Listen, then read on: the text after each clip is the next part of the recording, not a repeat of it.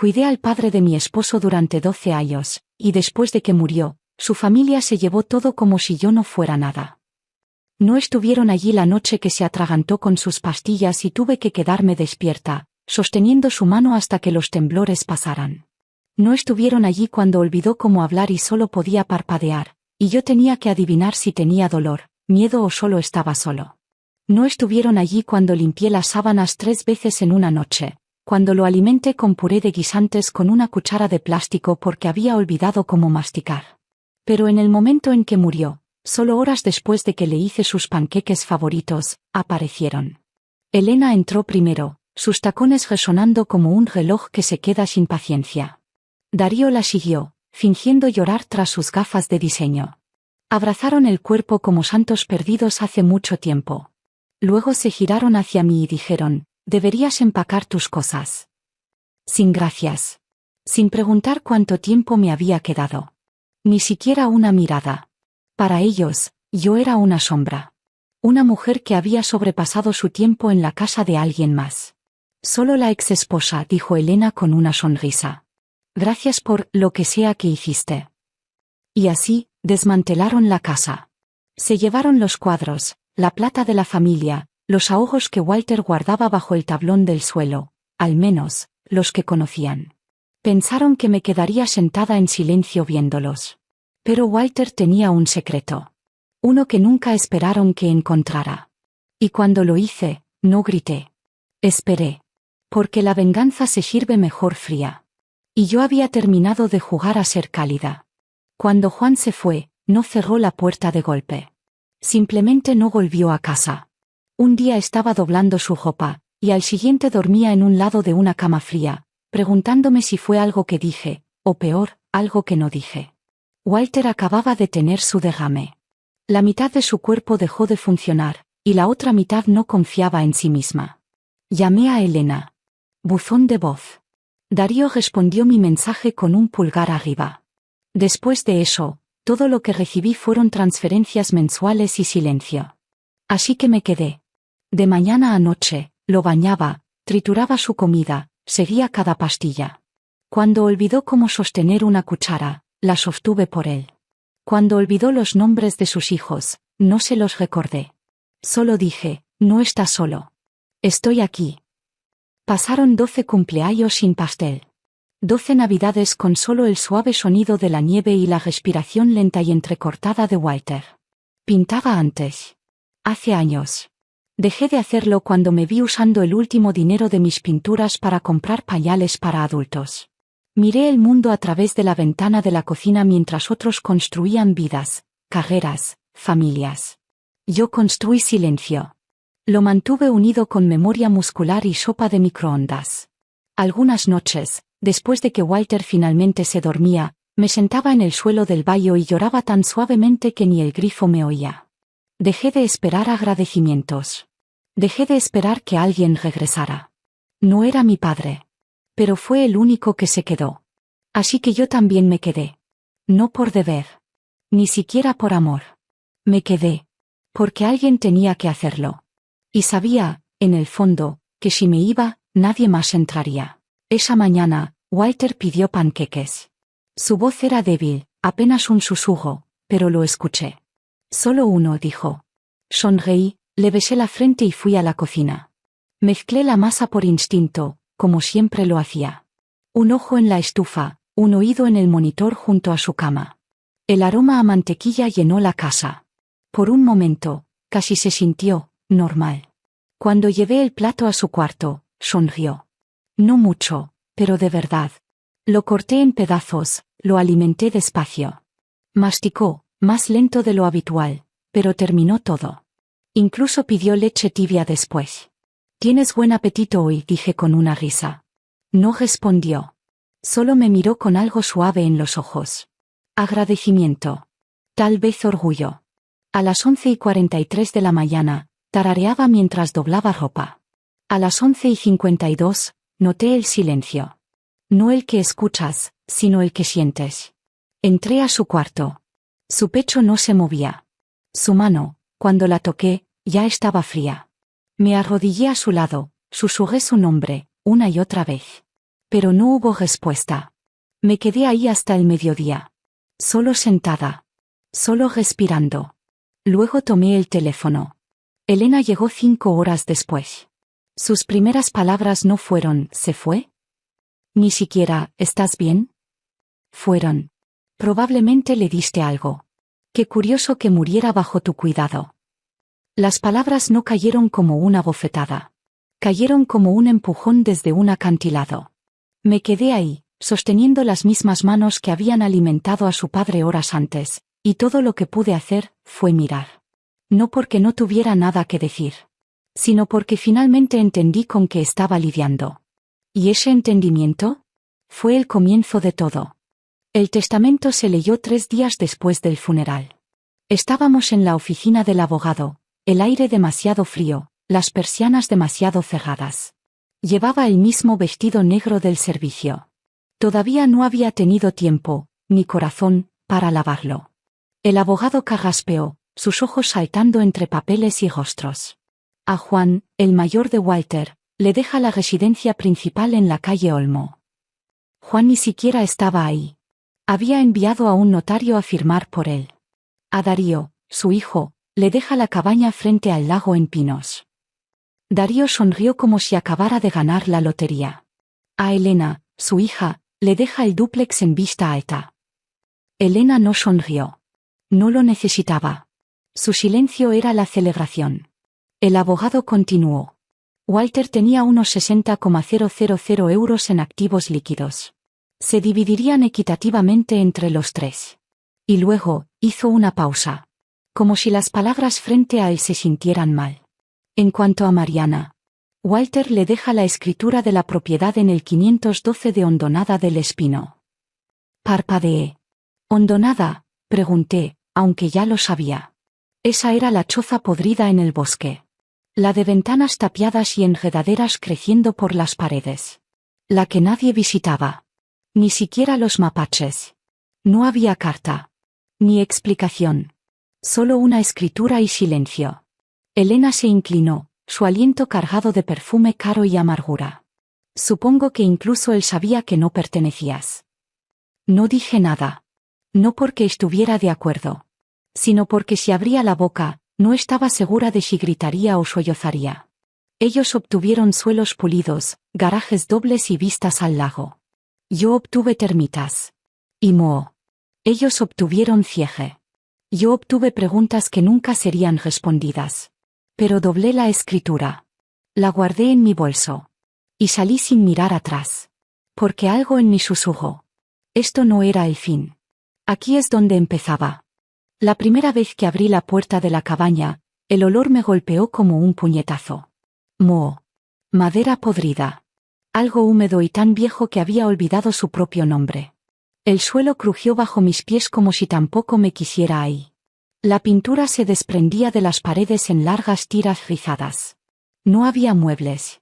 Solo polvo. No había recuerdos. Solo humedad. Las tuberías gimieron cuando intenté abrir el grifo de la cocina, y luego se rindieron por completo. Un solo ratón corrió por el pasillo, como diciendo buena suerte. Me quedé ahí, mirando el desastre. Esto era mi herencia. Esto era lo que 12 años de cuidado, de sacrificio, de invisibilidad me habían comprado. No me senté. No podía.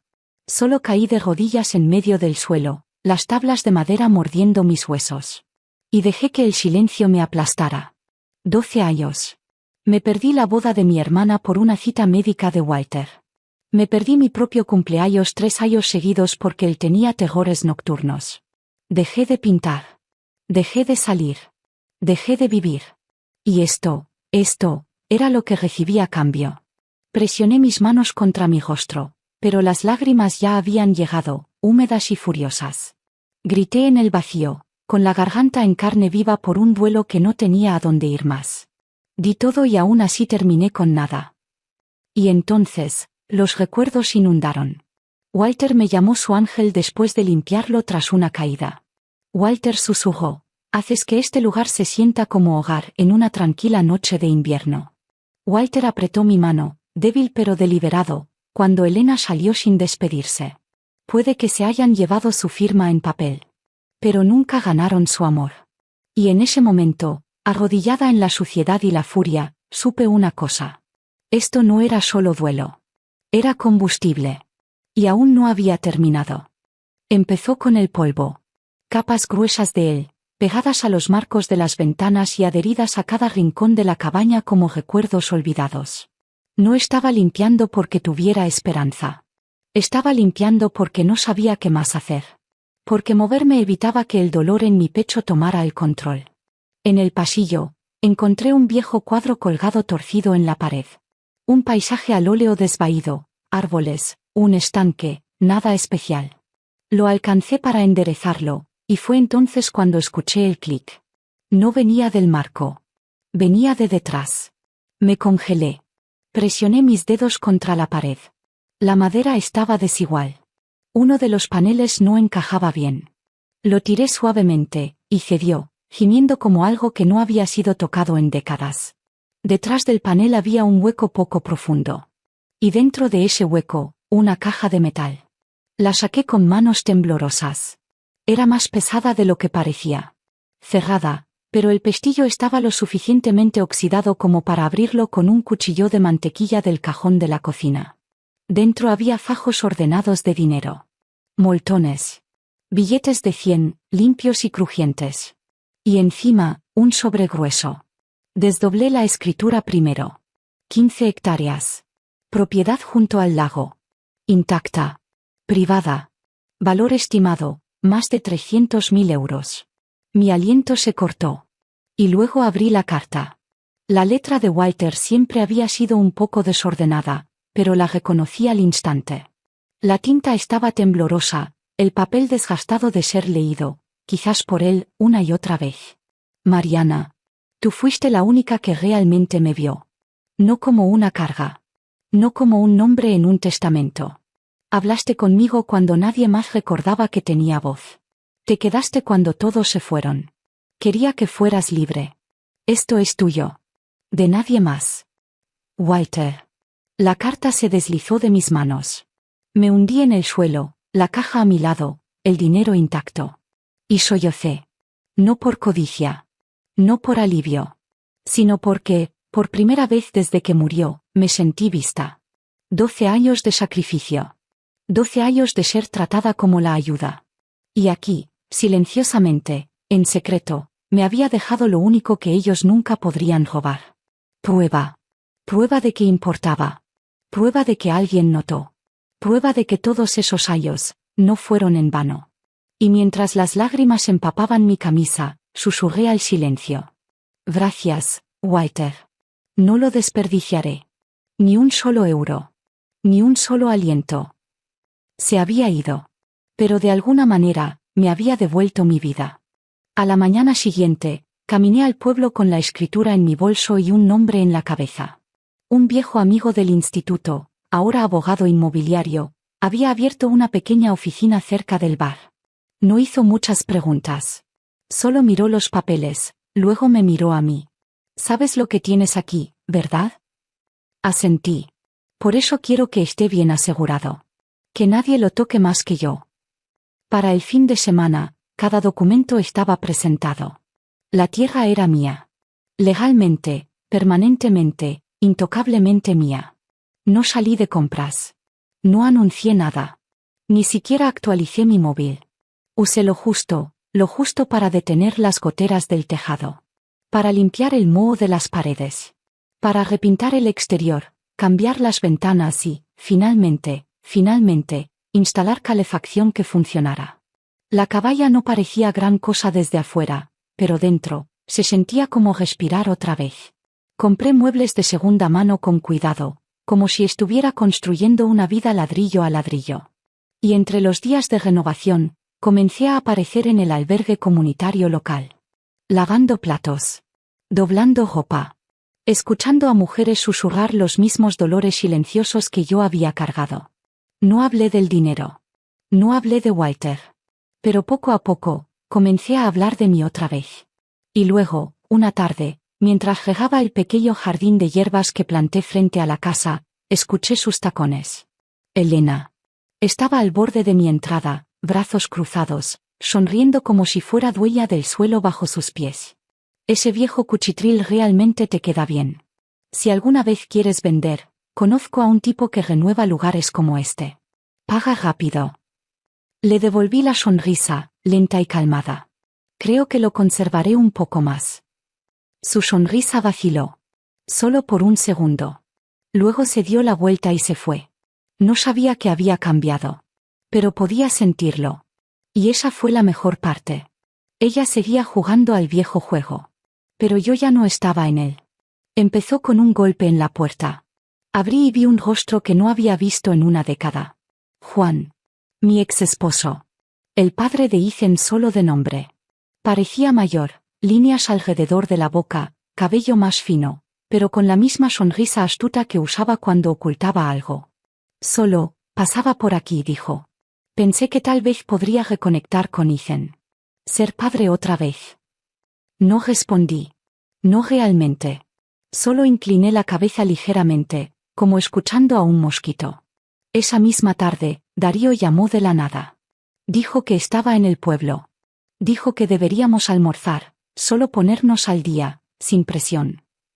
Acepté, porque quería mirarlo a los ojos cuando mintiera. El café estaba lleno, ruidoso. Elegí la mesa de la esquina cerca de la ventana. Llegó con gafas de sol y colonia, fingiendo ser casual.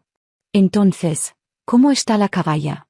Debe ser agradable, vivir sencillo, dijo, sorbiendo su café caro. Escuché que Hondonada del Espino está llamando la atención de los desarrolladores últimamente. Increíble cómo se ha valorado la tierra vieja. Sonreí débilmente. Oh, no me había dado cuenta. Se inclinó, bajando la voz. Mira, Mariana. Sé que Walter te dejó algo. Y no digo que nos debas nada, pero... No lo hago, lo interrumpí suavemente. No les debo nada. Parpadeó. Esa falsa simpatía se quebró un poco. Estaban rondando. Podían oler el dinero en el aire. Juan con su culpa paterna, Darío con su expedición de pesca en el almuerzo. Pero lo que no sabían era que ya los vi venir. Cada paso, cada palabra, cada semilla de manipulación cuidadosamente plantada. No eran familia. Eran oportunistas vestidos de lazos de sangre. Y no tenía ninguna intención de dejarlos clavar sus dientes. Ni en la tierra. Ni en el dinero. Y absolutamente no en mi hijo. Desaparecieron cuando las cosas estaban duras. Ahora gateaban de vuelta porque algo olía a riqueza. Pero esta vez, no era la mujer que dejaron atrás. Esta vez, estaba lista. El viento había arreciado ese día. Lo suficiente para hacer temblar los viejos cristales del porche y llevar las voces más lejos de lo previsto. Estaba atrás, regando las hierbas, cuando los escuché. Elena y Juan. Parados junto a su coche, estacionado lo bastante lejos de la casa para sentirse seguros. Pero no lo bastante lejos de mí. No es ni de la familia, dijo Juan, voz tensa por la impaciencia. Solo necesitamos un desliz. Un formulario de impuestos perdido. Un retiro bancario que parezca sospechoso, algo. Los tribunales se comen eso. Especialmente si aparezco y digo que quiero la custodia de Ethan. Mis dedos se congelaron en la regadera. No estaban intentando reconectar. Estaban intentando sacarme. No tiene ni un trabajo de verdad, añadió Elena. Es un caso de caridad. Actuando como santa ahora que tiene algo de dinero en el bolsillo. Pero es descuidada. ¿Y esa tierra? No debería ser suya. Retrocedí en silencio. Sin enojo. Sin lágrimas. Solo claridad. Saqué mi móvil. Presioné grabar. Y dejé que siguieran hablando. No sabían que tenía la conversación guardada antes de que siquiera arrancaran el coche. Esa noche, no los enfrenté. No envié la grabación. No los advertí. Fui directa a mi abogado. Presentamos nuevos documentos a la mañana siguiente. Un fondo fiduciario solo a nombre de Ethan, hermético, irrevocable, protegido de cualquier influencia externa. Y lo más importante, una cláusula que excluía explícitamente a Juan de cualquier acceso, reclamo o autoridad legal sobre el fondo, presente o futuro. Todo estaba firmado, sellado y archivado antes del atardecer. Pensaban que era vulnerable. Pensaban que sería demasiado sentimental, demasiado blanda, demasiado lenta. Lo que no entendieron es que había estado aprendiendo, observando, preparándome. Seguían ocupados jugando los mismos viejos juegos. Pero yo había cambiado las reglas. Y esta vez, ni siquiera verían el jaque mate venir. El picnic anual de los fundadores de Sauce Curvo siempre era un evento ruidoso. Niños corriendo libres, ancianos recordando, y los miembros del consejo municipal estrechando manos como si aún significara algo. No había planeado ir. Pero cuando supe que Elena hablaría desde el podio, promocionando el nuevo capítulo de su firma de relaciones públicas, algo me dijo que debía estar ahí. Me quedé al fondo, con gafas de sol, sosteniendo un plato de ensalada de patata que no tenía intención de comer. Elena lucía radiante. Vestido de diseño. Maquillaje impecable. Sonrisa tan pulida como su discurso. Y luego, con el micrófono en la mano, lo dijo. Es triste, realmente. Algunas personas manipulan a los enfermos y moribundos para su propio beneficio, y luego se hacen las víctimas. Pero el pueblo sabe quién es la verdadera familia. Jadeos. Algunos susurros. La mayoría no entendió a qué se refería. Pero yo sí. También algunos otros. Dejé mi plato, caminé hacia adelante lentamente y pedí 2 minutos. El consejo me dio 5. No hice un discurso. Saqué mi móvil. Abrí la grabadora de voz. Y presioné reproducir. La voz de Juan resonó primero. No es de la familia. Los tribunales se comen eso. Solo necesitamos un desliz. Algo que la haga parecer inestable. Luego la de Elena. Es un caso de caridad.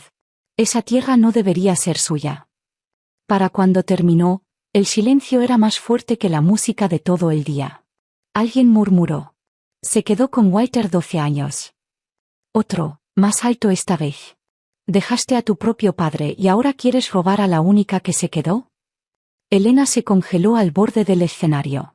El color se le drenó del rostro tan rápido que era como ver la pintura desprenderse.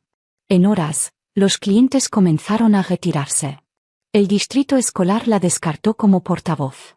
A la mañana siguiente, había cerrado su sitio web por completo. Darío no salió mejor parado. Se corrió la voz sobre las deudas que había estado ocultando. Resulta que las mesas de póker en 2 condados tenían cuentas a su nombre. Y ahora, con todo el pueblo mirando, los cobradores dejaron de ser amables. Vinieron por mí como lobos, confiados en que cogería. Pero no cogí.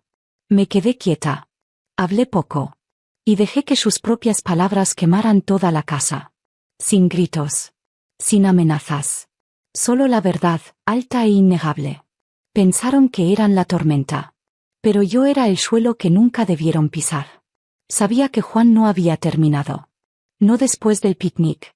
No después de que Elena se derrumbara en público. Hombres como él nunca se rinden mientras están perdiendo. Solo buscan puertas más silenciosas por las que colarse. 2 semanas después, recibí la llamada del juzgado. Juan había solicitado la custodia compartida de Ethan. Alegó que yo era mentalmente inestable y financieramente incapaz de proveer estabilidad a largo plazo. Una súplica preocupada de un padre, en papel. Lo que no sabía era que ya me había reunido con mi abogado. Ya había reunido registros escolares, informes médicos, declaraciones de maestros, consejeros, incluso del director. El juez desestimó su petición antes de que llegara a una audiencia. Bloqueado. En todos los frentes. Luego vino el banco. Una solicitud formal presentada por Juan, reclamando acceso financiero de emergencia al fondo de Ethan. Dijo que era el padre legal, con derecho a revisar y retirar. Pero esta vez, el banco me llamó directamente. Hemos revisado los documentos del fideicomiso, dijo el gerente con calma. Según la cláusula de exclusión, el señor Juan Pérez no tiene autoridad para acceder a estos fondos. Ya le enviamos una carta de denegación formal. No sonreí. No celebré. En cambio, le pedí que me imprimiera una copia de la carta. Y esa tarde, cuando Juan apareció cerca de la salida de la escuela, brazos cruzados como si aún tuviera algo que decir, se la entregué. La leyó despacio. Su rostro se crispó cuando llegó a la línea que lo nombraba explícitamente excluido de todo acceso. Cuando levantó la vista, yo ya lo estaba atravesando con la mirada. Nos dejaste, dije, voz firme. Desapareciste cuando más necesitaba ayuda. No puedes volver por la recompensa. No discutió. No fingió remordimiento. Solo metió el papel en el bolsillo de su abrigo y se fue. Esa fue la última vez que vi a Juan. Porque algunas puertas, una vez cerradas de golpe, no están destinadas a reabrirse. Ni siquiera para los que alguna vez tuvieron la llave. La caballa no parece gran cosa desde el camino. Pero justo más allá del porche, bajo el suave susurro de los árboles y el cielo abierto, hay algo que ellos nunca entenderán: paz. La convertí en algo nuevo. La llamé Refugio Sauce, un retiro para mujeres que han pasado demasiado tiempo dándolo todo a todos y recibiendo nada a cambio. Sin batas de spa. Sin tratamientos de lujo. Solo silencio. Solo bondad. Solo espacio para exhalar. La mayoría de los días, cocino comidas simples y me siento en el porche con ellas. Hablamos de las cosas que nadie más quiere escuchar: el agotamiento, el silencio, el peso del trabajo invisible. Y poco a poco, veo sus hombros relajarse. Sus voces estabilizarse. Algunas noches, después de que todas se han ido, saco mi cuaderno de dibujo. No había dibujado en 12 años. Pero ahora el lápiz se mueve como si recordara quién solía ser. A veces dibujo los árboles. A veces a mi hijo. A veces solo una página en blanco, porque eso, también, es libertad. Ethan corre por los campos como si estuviera hecho de luz solar. Su risa resuena a través de las 15 hectáreas que Walter me dejó. No recuerda los años difíciles. Solo sabe que el hogar huele a romero, y las estrellas son más claras aquí. ¿Y yo? Ahora duermo con ambos ojos cerrados. Ya no espero que caigan zapatos, que suban voces, que el amor sea revocado. Lo que tengo, lo gané. Lo que conservé, lo luché. Y lo que construí, nadie más puede tocarlo. Pensaron que era la ayuda. Pero Walter sabía que fui la única que se quedó. Y al final, eso marcó toda la diferencia.